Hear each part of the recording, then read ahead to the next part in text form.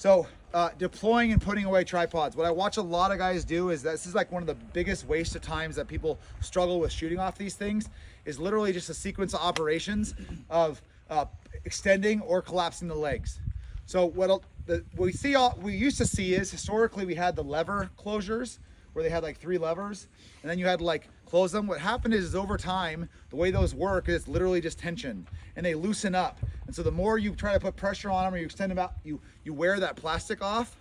And that what we came out with is these, when they started coming out, is the way these work is there's 2 pieces inside, and as this clamps, it just connects those 2 pieces. You basically have to lose the pieces completely or they completely wear away for them to not tension anymore. And so they last a lot longer and they support a lot more weight. So like we used to break fucking Manfrotto tripods like it was our fucking job. Like every sniper class, we break like 40% of our tripods. It was thousands of dollars a year ordering new Manfrotto tripods.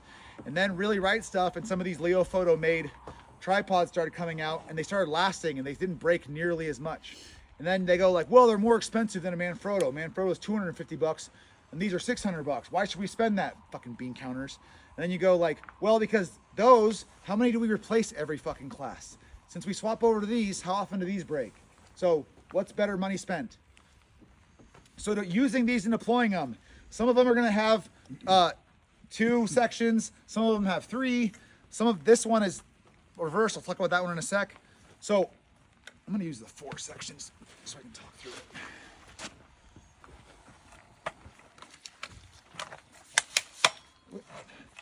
A little wet. That's what she said.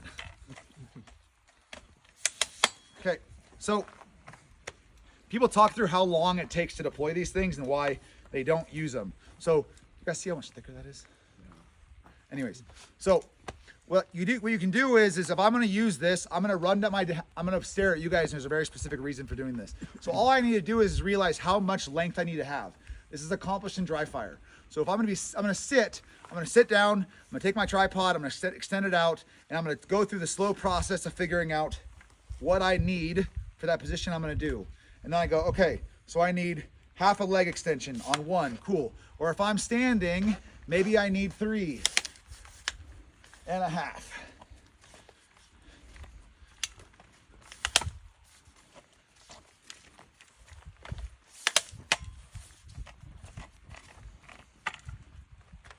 And that's my standing. So it's understanding how many you need. The other thing is that as I extend these, I'm going to extend from the top down, not the bottom down. So if I'm trying to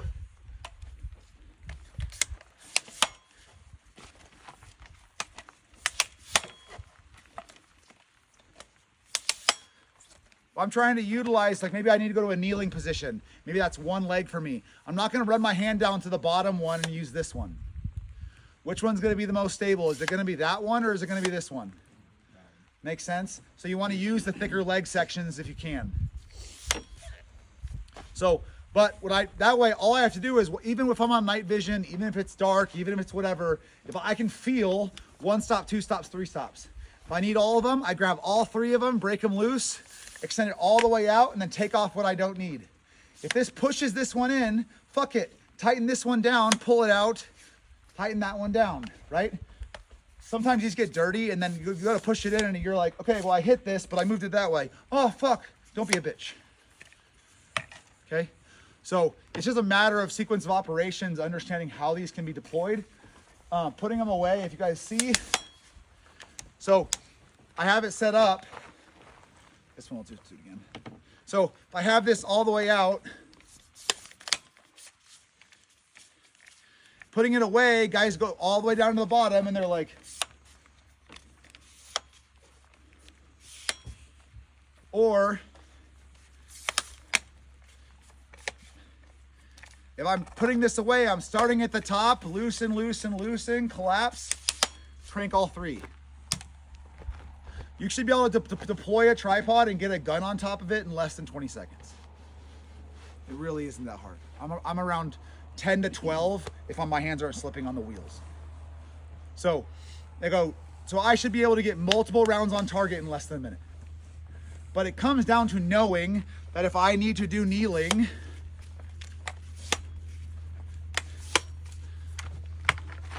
what my elevation needs to be.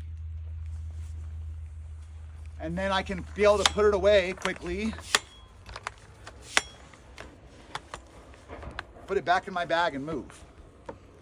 So this becomes significantly less of like, well, if I have an hour to set up, it's like, bitch, I need a minute.